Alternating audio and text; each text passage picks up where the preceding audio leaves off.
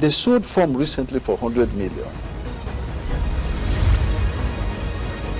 There's no meaningful development that can happen without peace, without us being united.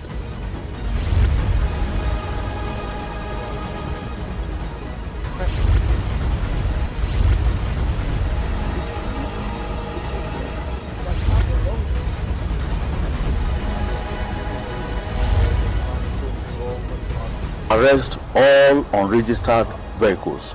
I think we have shown the depth and breadth of talent in our Conservative Party. Because you want to prevent a situation whereby that powdery substance will be flushed immediately.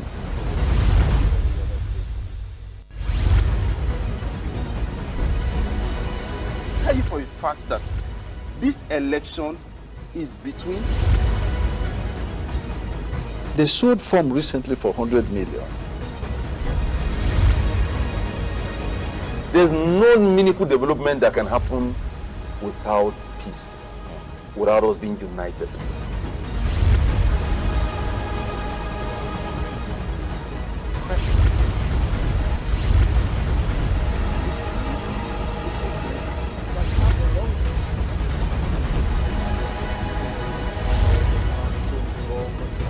Arrest all unregistered vehicles. I think we have shown the depth and breadth of talent in our Conservative Party.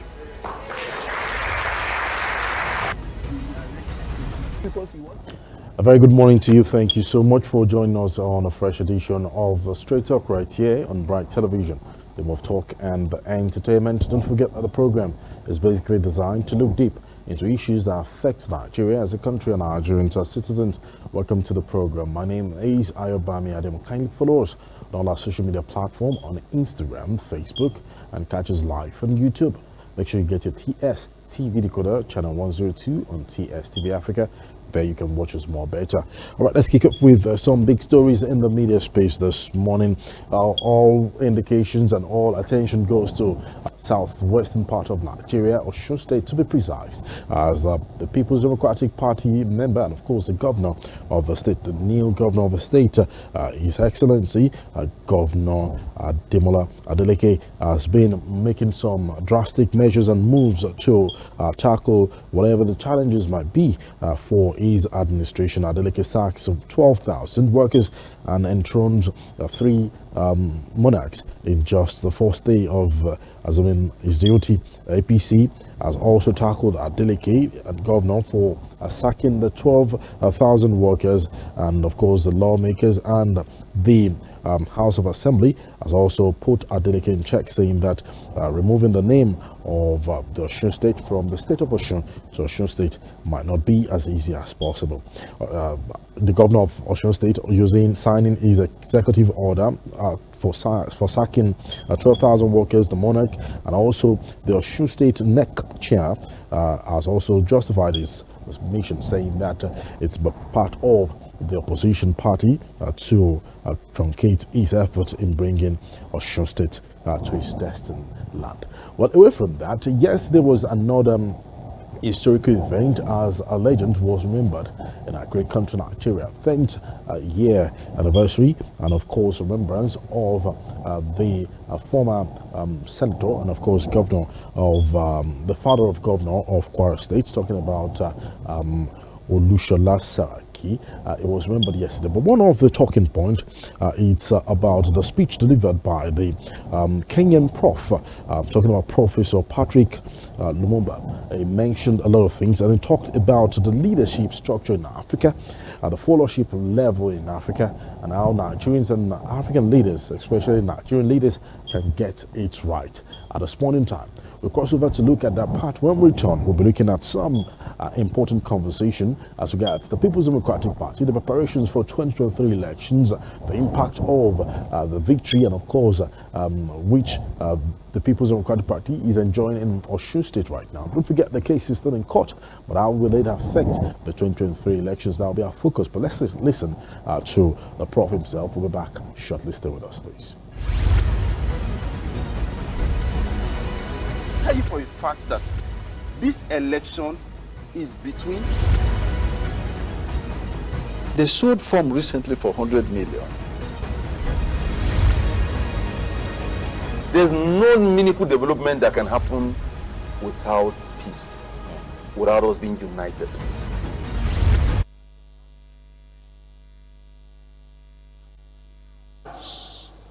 When they spoke then, those who are young saw in them the similitude of Moses in the Bible.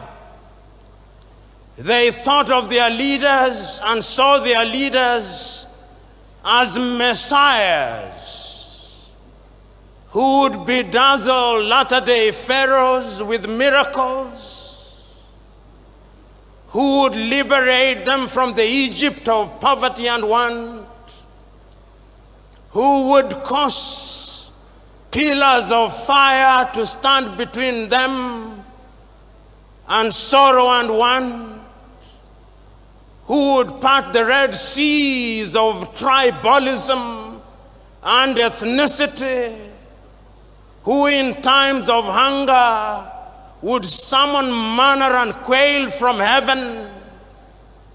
That is what they thought of their leaders, messiahs. But today, permit me to say, in many African countries, they are saying, it was better while we waited. It was better while we waited. There is a sense in which throughout the continent of Africa, there has been disappointment with leaders at all levels. So that when on the eve of independence, we wanted to come home, now that we regained independence, we never tire to see images of our young men and women dying in the Sahara, dying in the Mediterranean Sea, being humiliated at the embassies of the erstwhile colonizers as they seek to leave our countries and the continent. It was better while we waited, they say. Which begs the question, what happened and what is happening? That we have so many individuals who occupy positions of leadership, and yet the biggest deficit is that of leadership in Africa. You know, in 1983, your own countryman, the late Chinua Achebe, wrote a little book which he could well have been writing about Africa, but he focused on Nigeria, the trouble with Nigeria. And Chinua, without mincing words, says, the trouble with Nigeria is simply and squarely a problem of leadership. Whether you agree or disagree with Chinua, that is another debate. But he had his perspective. And he was asking a question that we continue to ask about the continent of Africa. Why is it that while on average 60 years after we regained independence, the 55 countries that constitute the continent of Africa, why is it that we cannot feed ourselves?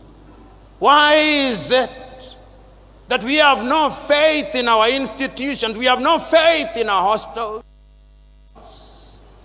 Why is it that we have no faith in our education systems? Why is it that we have no faith in our abilities? Why is it? Where has the leadership been? Why is it that so many years, while politics becomes the toy that lulls us into a false sense of security, our economies are controlled by people from other civilizations? Why is it? These are uncomfortable questions which we must pose and confront and answer if the mother continent is to realize our potential. Why is it that the mother continent is ever so negatively attractive to other civilizations? You know, as I talk about leadership, and as I think about leadership, and I think about what leaders are enjoined to do, I think about this mother continent.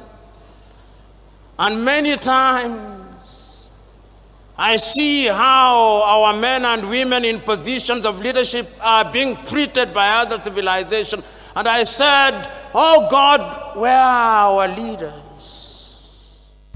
All right, the former director of Kenya Anti-Corruption Agency, Professor Patrick Lumumba, of course, right there, and he mentioned a lot of things that he talked about, a lot of questions he asked anyway. Why is it that Africans do not believe in our institutions? And he said something that is critical, that the day Nigeria gets it right, Africa will definitely get it right indeed. Well, I have my guest here in the studio with me. We'll be looking at it from this angle. We'll kick off it from this angle, and he is a member of PCC and the PRO, People's Democratic Party Young Stakeholders Forum, the person of Comrade Samuel A. Danjuma. Thank you once again for joining us on the program. Should I say Happy New Month or Happy New Year? It's been long. Good to see you. You're welcome. Right. Okay, let's kick off from where Professor actually stopped. He mentioned a lot of things, and accountability, good leadership, good followership. Those are the focus of his conversation. He called on Nigerians that we must get it right. Until we get it right, Africa will never get it right. And why is it that we don't believe in our institutions? A lot of questions here and there. What will be your reaction? Let's kick off from there. I've always said one thing, and it's simple. And those who knows me very well know what I've always said, and it's this. Nigerians deserve the kind of leadership that we get. Because every leader, he was once a follower. Now, if the followers are not good, then you don't have a good leader. Now, the followers, what do they really want? Have Nigerians actually sat down and asked themselves this question, that what do we really want from our leaders? And until we begin to ask these questions, we are not ready to make headway anywhere. So you think we're not asking questions? We are not asking questions. Now, I'll give you an instance. I was working with a former Minister of Power. I won't mention his name, some years back. That's around 2012. And we're in Kaduna when there was a bomb blast in Malali then. So we had to rush back to Abuja. On our way back to Abuja, we had a conversation. And I told him straight up that, sir, I don't blame the elites for what is happening. I blame the youth. He was interested because a young man blaming his fellow. And he was like, so tell me, why do you blame the youth? And I said, sir, the youth are not asking the right questions they are supposed to ask. If the youths are asking our fathers, that if our grandfathers did what they are doing today in Nigeria, would there have been in Nigeria for them to loot? That was the end of the conversation to you today. It's simple. We are not asking the right questions. This is an election year, and what are we busy doing? Fighting ourselves? Going on social media, becoming bullies to each other, and that's just what we're doing. We're not asking those who are to lead us in the next 4 years the right questions. We're not scrutinizing their manifestos. We're not asking them questions. How do you intend to implement these that you are saying? And we're just enjoying the food and clapping hands. No. So what are the questions? Because many people want to understand the questions, the right questions. What are the right questions that we should ask? A lot of people have come to give us the same. A lot of political parties, in fact, your own political party, amongst others, have also come to give us the fact that, okay, this is insecurity is one of the challenges we're facing, corruption we're facing, economy we're facing, and this is what we'll do. We promise. So what are the questions? No. For my party, the People's Democratic Party, we are not making promises.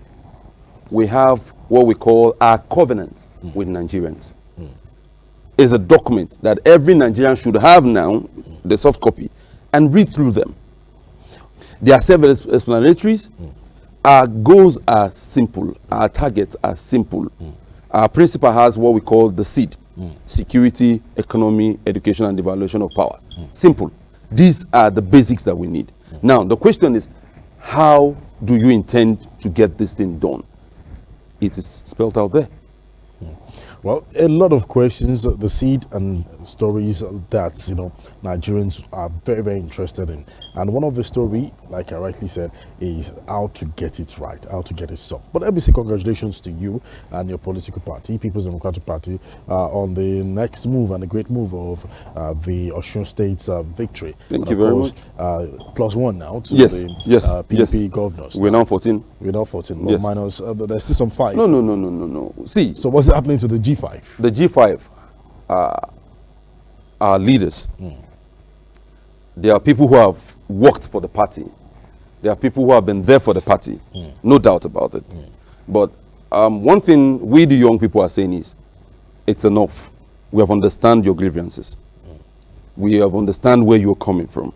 Yes, you felt you were going to get it because you believed in what the works, the underground works you have done and all that. Politics are not one based on emotions. Politics are not one based on sentiment. No. You don't share what you don't have. I remember Senator Dino saying it at the declaration of His Excellency Atiku Abubakar, that you first get power, then you begin to share. Now, if we want to be honest and fair to the People's Democratic Party and to the North, where I come from, in the 16 years of the PDP, the North had only 2 years and some months of the Yaradua government. 14 years of it was from the South. Okay, that's for the party. For the party. Or for the country, Nigeria. Now, is there anywhere in the constitution of Nigeria, I stand to be corrected, where it is spelled out that power should be rotated between the South? Nowhere. No. So this was a gentleman agreement within the party so that power can go around for everyone to be part of it. So that even me, from the North Central, also can also aspire to be president one day. Now, this was a gentleman agreement. At this point, we have understand.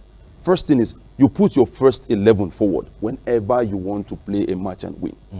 And our first 11 and the captain of that team that can lead us to victory is no other person than Alhaji Atiku Abubakar. Now, when we get back power, by the grace of God in 2023, we can now begin to discuss now, you do 4 years or you do 8 years, you go back this way. You don't share what you don't have. But many people will also agree, you agree with me, and many people will also say that it seems as if the party is distracted completely. Lots of distractions, agitations from the G5, and won't that really affect the party as you prepare for 2023? This is the beauty of democracy. This is the beauty of democracy, where you have a lot of voices, interests than it. Politics is all about interest. You reminded me of something when I stepped into the studio of Dino and the likes of Anika. There's a hugging and smiling and laughing yesterday. That is the beauty of politics. Politics is not war. You have your interest. You have your interest generally. That's what politics is all about. Interest. Now, yes, there's a misunderstanding within the house. Every house has misunderstanding, but that doesn't mean that you should fly to your father's house. No. We'll settle inside. That's why our principal has told us one thing: we should not engage the G5 openly. There are conversations going on. There are negotiations going on. There are dialogues on the ground going on. And I put it to you that before the end of this year, you will find out that the G5 are back home. You could hear them on every fora that they are open for negotiation. But are they truly open for negotiation now? They are. They've been out saying it, and someone will just want to ask that, come on, why is it taking so long if you are saying you're open for conversation? Now, I mean, negotiation. So what exactly are you doing? I also want to be of, I also don't want to let the cat out of the bag. But have you ever thought that this can also be a strategy? So you think you're playing a card now, or that's what the People's Democratic Party is? It's very, very possible. To distract Nigerians so that they No, we are not distracting Nigerians. Okay. What we are doing is, we are telling Nigerians what, now. Okay, might this be a card, are you saying that this is actually a card to help push to the public that, okay, Alhaji Atiku Abubakar is truly a unifier? Alhaji Atiku Abubakar doesn't need the G5 to prove that he is a unifier. So what politics are we playing? A unifier. What politics are we now, playing? Now, that's why I said this is left for the elders. They know the game they are playing. If truly the G5 was not ready to, you had Abaribe saying a few days ago that when he felt he was not okay with the party, what did he do? He walked out of the party. Now, have you also asked why have the G5 not walked out of the party?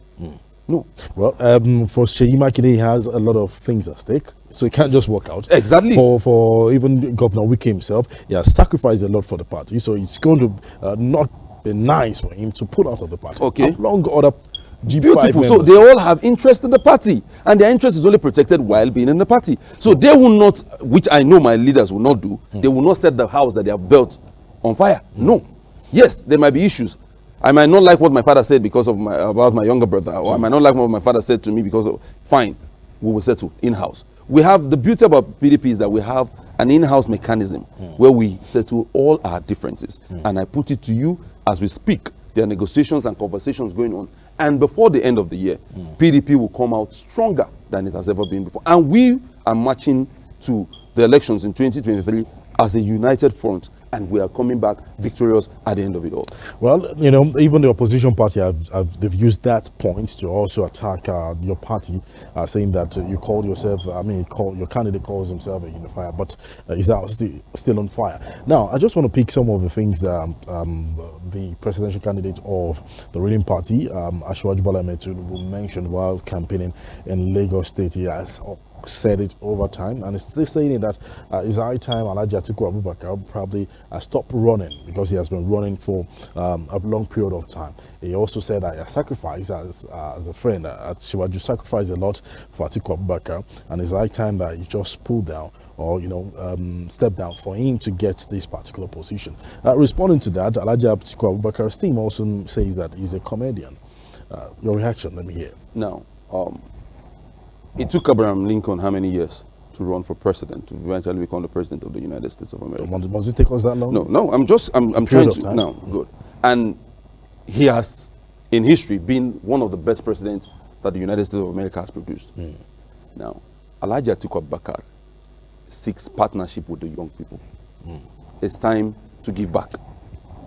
I say this, and I without any fear or contradiction, Nigeria needs Alhaji Atiku Abubakar more than we need him. More than he needs us, sorry. You think so? Yes. Why will the country need one more than... He has invested, the Nigerian state has invested a lot in him, and it's time to give back to the young generation. You won't tell me Alhaji Atiku Abubakar is running for president because he wants to buy a new car, neither is he running for president because he wants to marry a new wife. No. But there's an interest in it. The interest is it is time to give back to the society. Okay, so now, have you realized that there's a gap between the elders and the younger generation? Atiku Abubakar is that bridge that is here to bridge us together, prepare us for leadership, then hand over to the younger generation. What has he done to bridge this gap before we now give him Alhaji Atiku Abubakar is someone that even the opposition will agree that is a youth-friendly presidential candidate. Okay, let's now, most of his teams are young people. Okay. Not now. Before now, they have always been young people walking around Alhaji Atiku Abubakar. The likes of El Rufai, the likes of Nuhu Ribadu, the Okonjo-Iweala of the World Trade Organization, the Frank Wike Juniors and all of them, many to mention. He's a developer of the young people. All right. He grooms young people. Okay. We were talking about their impact towards the young people. There is a movement, the Obedient Movement, too. Yes. It's been initiated by the young people in Nigeria. And Asiwaju Bola Ahmed Tinubu and, of course, his team will always tell you that he had invested a lot in the young people. That's why he has a lot of stories, success stories. In fact, a team that is enough to push him to that position. So what makes the difference? Yes. Now, in all the four major presidential candidates, Alhaji Atiku Abubakar, Bola Tinubu, Alhaji Kwankwaso, and Peter Obi, tell me one, if not Alhaji Atiku Abubakar, that is a producer of commodities that we consume in this country, that has industries, that produces in this country. You're the one telling me. So he's one. He's one of the single private and highest employer of labor in this country. Apart of him, who else? None. So that's someone who believes he's a job creator. He's a wealth creator. He believes in young people. He believes in women. He believes in this generation, our own generation. He believes that, yes, it is time to give power to the young people, but you need to groom them to hand over power to them. You don't just throw power to them.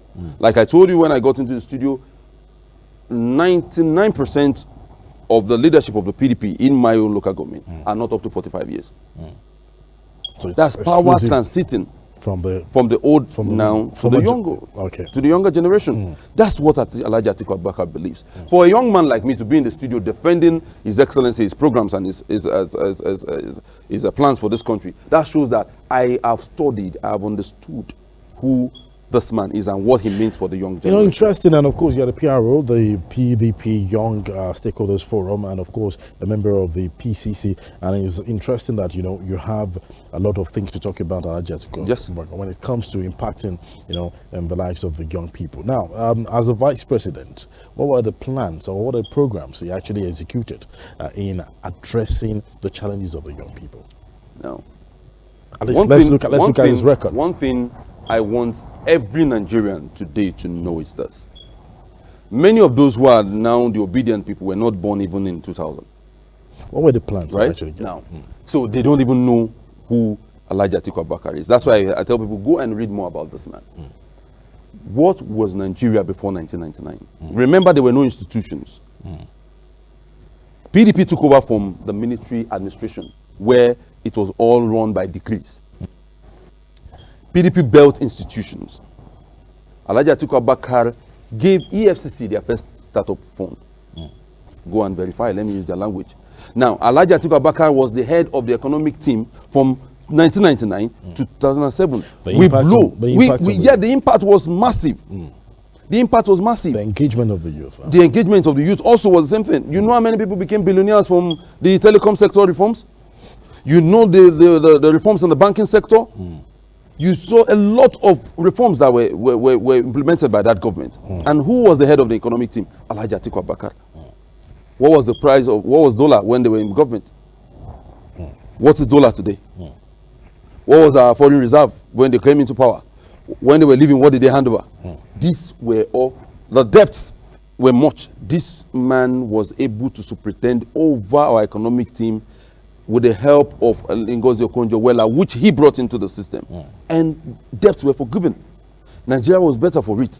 Today, is that the same story? No. All right. Debts were forgiven even under the president, former president Olusegun Obasanjo, Okonjo-Iweala, and Alhaji Atiku Abubakar. When another People's Democratic Party administration came on board, we started borrowing, and we still have what we have today. In fact, the ruling party has always been blaming the opposition party, PDP, saying that they brought Nigeria to this point that we are today. Yes, they did. They did. The APC thought Nigeria was going to be run on autopilot. Anybody can just be president and Nigeria continue to run, and that's not it. As I speak to you, it's the fault of PDP that it's not the fault of PDP. Okay. It was the fault of APC. PDP handed over the fastest growing economy in the whole of Africa to the PDP, to the APC. Today, what is it? PDP handed a prosperous Nigeria to the APC. Today, where are we? That's the problem. As we speak, Nigeria has been indebted over 41 trillion just between 2015 and today. So, you said when we came in 2007, and that PDP government came in 2007, we started borrowing. Yes. When you borrow to invest, it's different from when you borrow to consume. Not this government that borrows money from the foreign agencies and to use them to buy vehicles for another nation. Come on. Well, still being verified, and different stories from that angle, though, and a lot of impact, because when you talk about somebody has mentioned it, they said governance is a continuous process. Yes, which is correct. So if the foundation is faulty, definitely there will be a faulty structure here and there. Is it that People's Democratic Party is to be blamed? No, We've been hearing a lot of stories. PDP did a very good job. So are we supposed to still believe APC? Yes, APC would have built on what the People's Democratic Party started. But instead, because they were not prepared, because all they wanted was just to get power from the PDP at all cost, they got into power and they did nothing. All right, a very good way to venture into what is happening in Osun State, and of course the People's Democratic Party's governor is the one in charge right now. And one of the things that many people have been talking about is the drastic measures he has been taking in the past 48 hours as regards what he met on board from the opposition party, APC. Governor Oyetola appointed some 3 monarchs. Of course, he also employed 12,000 workers. And eventually, the governor sacked them. If we say it's a continuous process, you just blame the APC for not continuing from where PDP stopped. Why is Adeleke doing this move if he cannot continue from where? Now, what was the motive behind the appointment of 12,000? What was the rush in appointing 12,000 workers few weeks or few months to your exit out of government? You were in government for 4 years. Why didn't you employ them all this while? Why do you want to bring burden for the next government so you can now show to the world that the next government were not prepared at all? This goes back to show you that the only party that means well for this country is no other party than the People's Democratic Party. No, and why did I say? I'm trying to quote you. And why did I say the People's Democratic Party is simple? We are ready.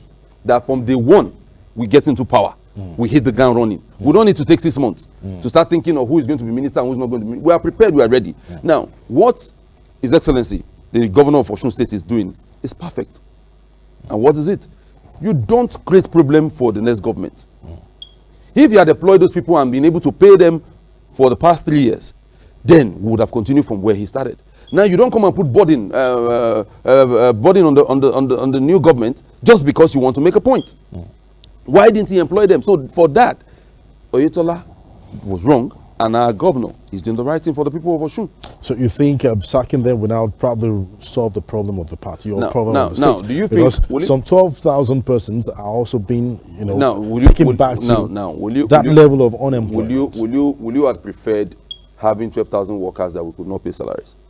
I'm just asking. No, I'm also saying the same thing. Okay, probably if the People's Democratic Party wins 2023, are we still going to have these measures when they hand over to People's Democratic Party? Do we have people being sacked? Is that the structure of the party? Is that what we should be expecting as Nigerians? See, this is simple. When were these people employed?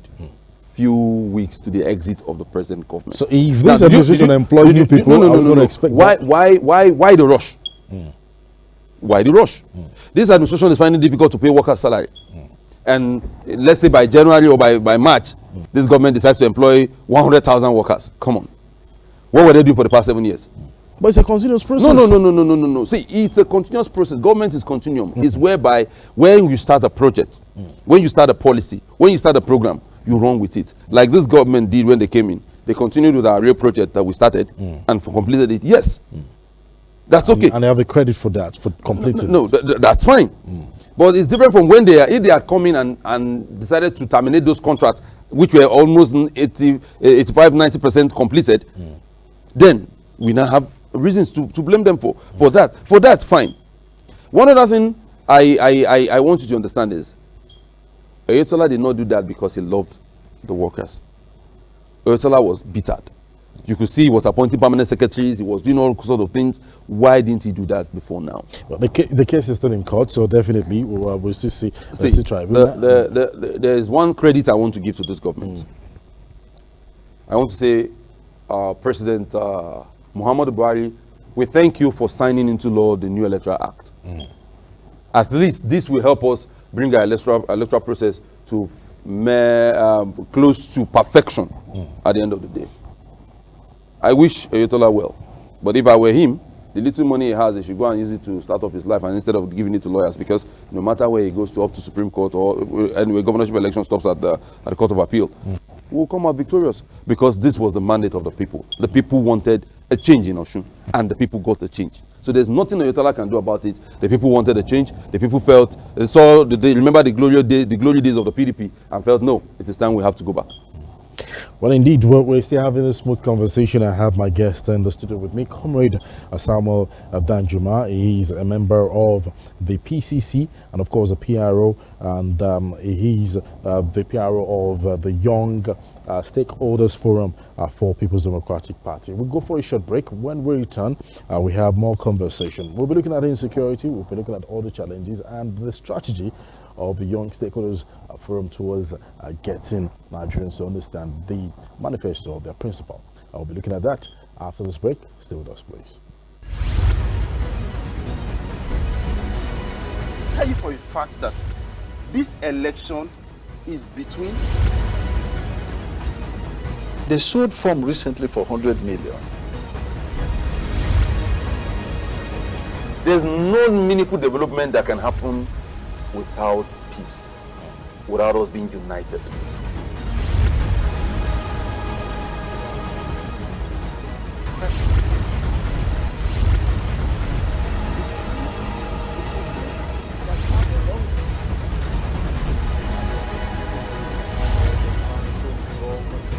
Arrest all unregistered.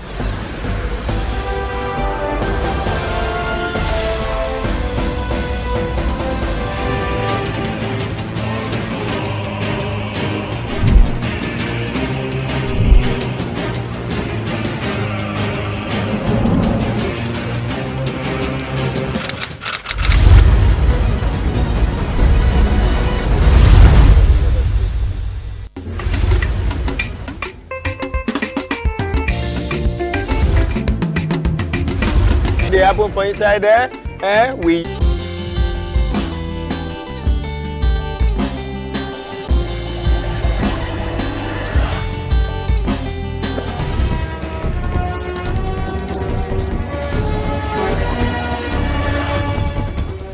Skit Chat, right here on Bright Television, the home of talk and entertainment. Skit Chat.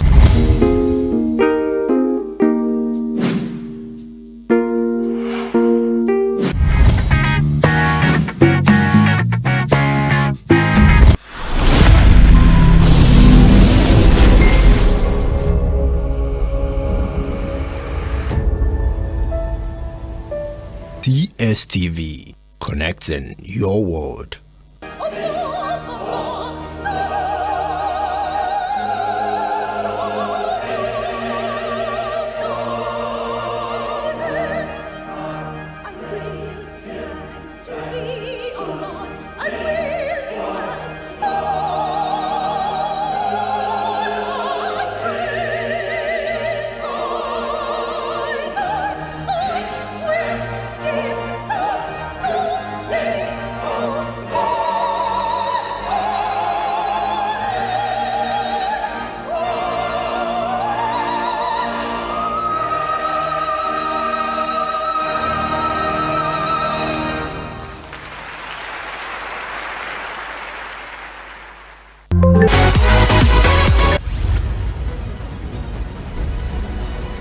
Tell you for a fact that this election is between.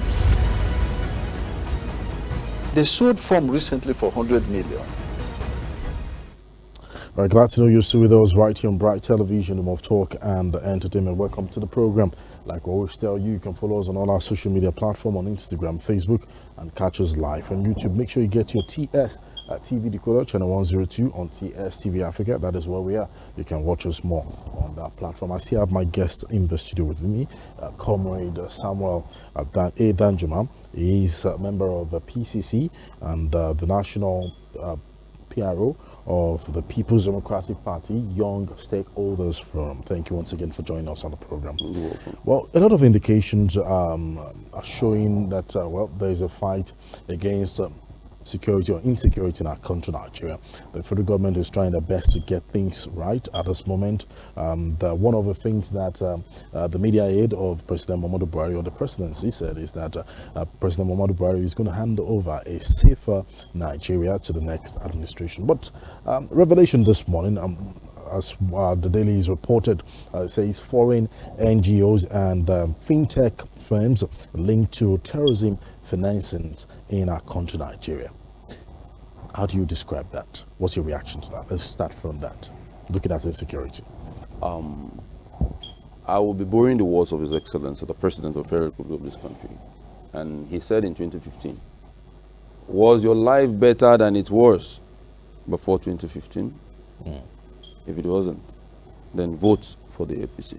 Now I ask Nigerians, when it comes to security, are you safer than you were before 2015? If the answer is no, then there's no need for that. Why now? Anyway, it's better late than never. But the issue is this. Let's not be distracted. This is an election year. This is an election season we are. This government will do everything to try to redeem their name. at the end of the all? Are you just discovering that these companies were involved in all this? Did you just realize? And even by finding out, I could remember that about 3 Nigerians were jailed in Dubai for financing terrorism in this country. Has it ever been? Has this government ever spoken about it? No. Now, even the new revelation, what has been the government's reaction? What steps have they taken? So is it just by saying it or by acting it? Have there been any arrests?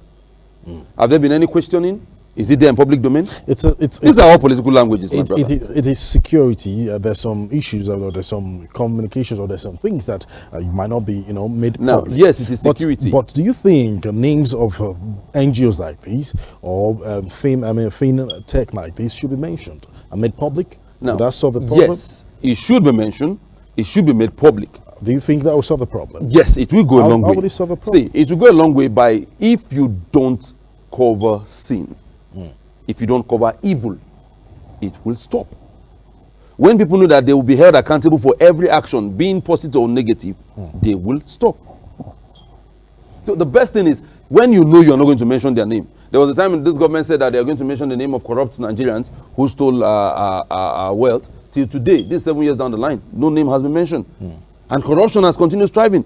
But when your principal tackle corruption? My principal will tackle corruption headlong.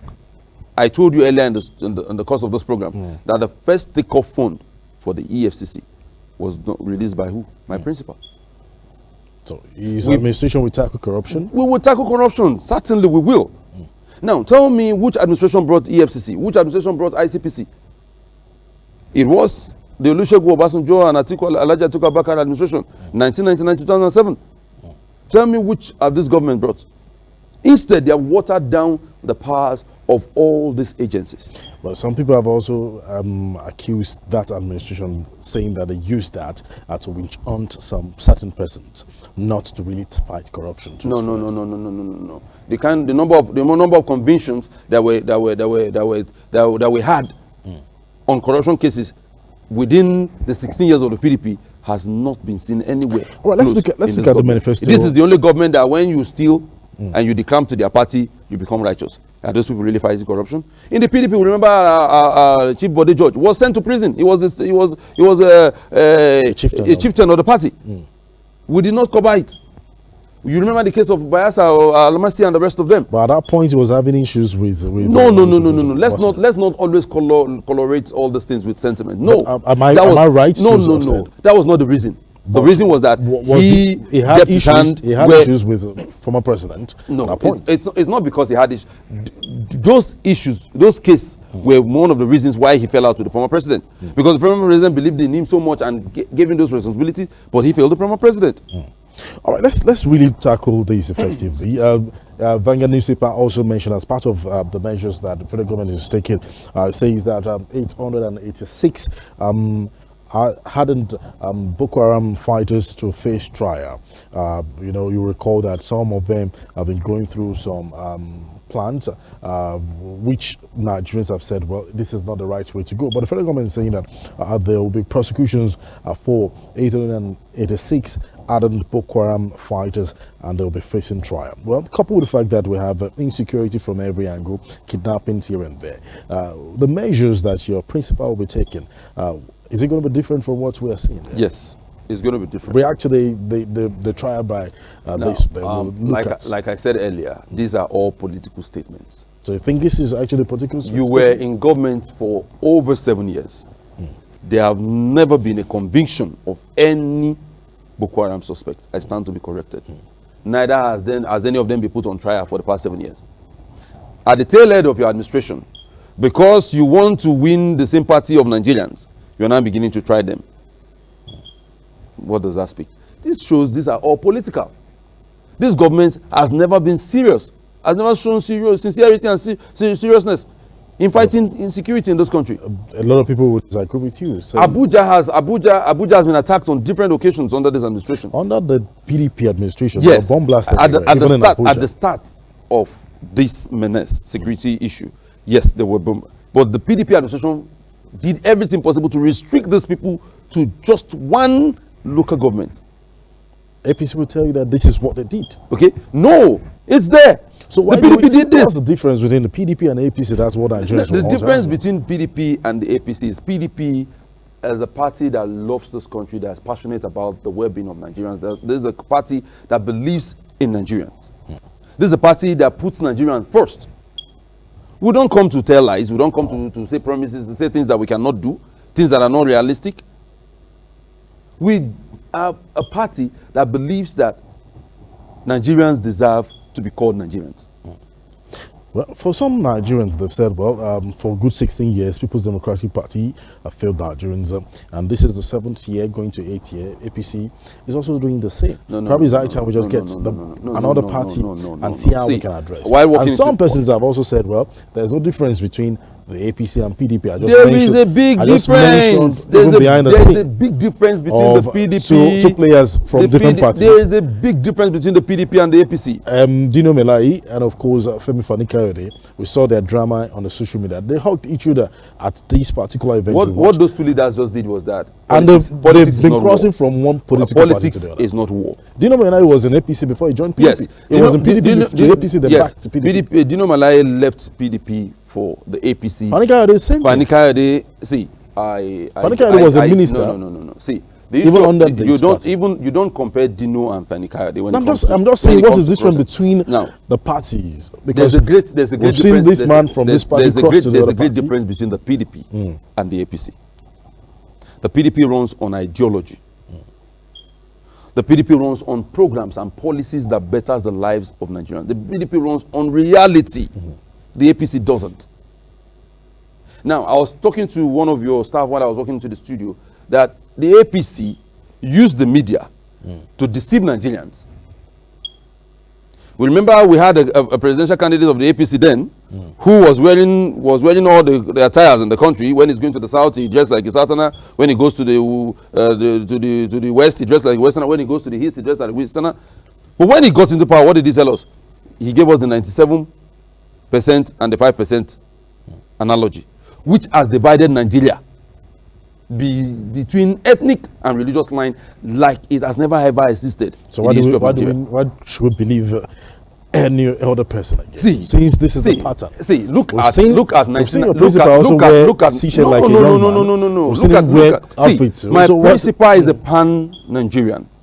He has built bridges across the length and breadth of this country.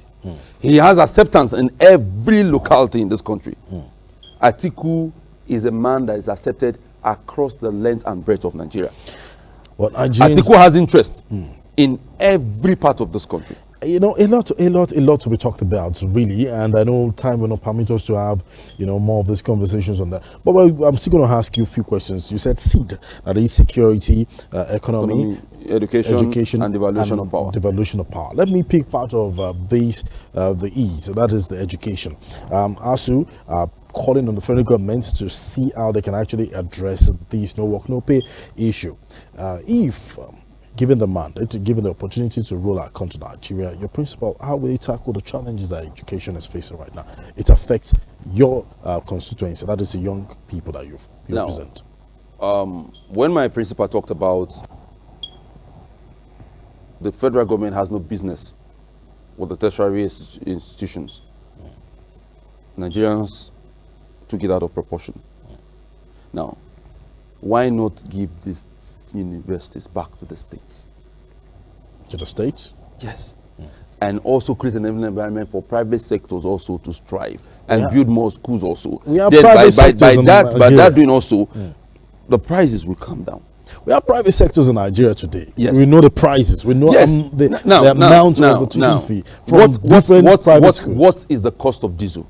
What is the exchange rate in the country? How many people will afford a private university? That is where we are going back to.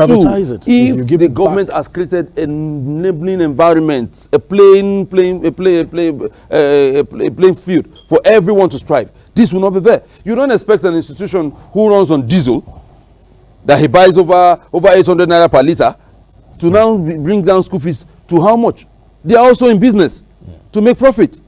But if all these are there, then that's why I said enabling environment. My principal has a blueprint. And the blueprint is bringing all stakeholders in the educational sector to the round table. and discussing the way forward. And my principal has the political will He has to not implement. had a conversation with them yet. He has. Okay, so there's a template. There's to a solve template. Yes, there's a challenge now. template that will begin to run with from day one when we step into office. So what do you think the solution is? Are we still going to see? And I put it to you that in our 4 years or 8 years of our administration, there will not be one single ASU strike. We've had the Because we promises will, and- because we are not just promising.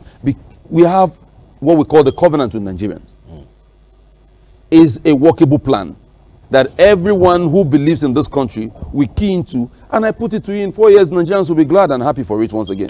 Well, a lot to have as a conversation on the program this morning, but I must thank you. I must appreciate you for taking your time out to have this conversation, a smooth discussion with us on the program. Very thank you, a member of PCC and, of course, the PRO, the National PRO, PDP Young Stakeholders Forum, in the person of Comrade Samuel A. Danjuma. Thank you once again for Thank you joining very the much, program. my brother. I wish your party, we wish you all the best as we really approach the 2023 elections. And I appeal to the conscience of all Nigerians that mean well for this country, that it is time to wake up and take back our country. And the only person that will lead this fight to victory is no other person than Alhaji Atiku Abubakar of the People's Democratic Party. Wow. And Nigerians will be happy again, once again, at the end of this election. Well, Nigerians will definitely decide. Thank you once again for joining us on the program. Well, that's the package on today's edition of Straight Talk, right here on Bright Television, the of talk and the entertainment. Don't forget that you can all follow all our programs on TSTV. Yes, make sure you get your TSTV decoder, channel 102 on TSTV Africa. At 12 o'clock, we have the major bulletin. 6 o'clock, now the major bulletin will be coming your way to give you more information about what is happening in Nigeria. Like I always remind you, I keep telling you, when you play your part, I play my part. We have a better place called the Federal Republic of Nigeria. On behalf of everyone who's been behind the scene to make this a success, thank you so much. My name is AYOBAMI ADEYEMO. God bless you, and God bless the Federal Republic of Nigeria. Goodbye. There's no meaningful development that can happen without peace, without us being united.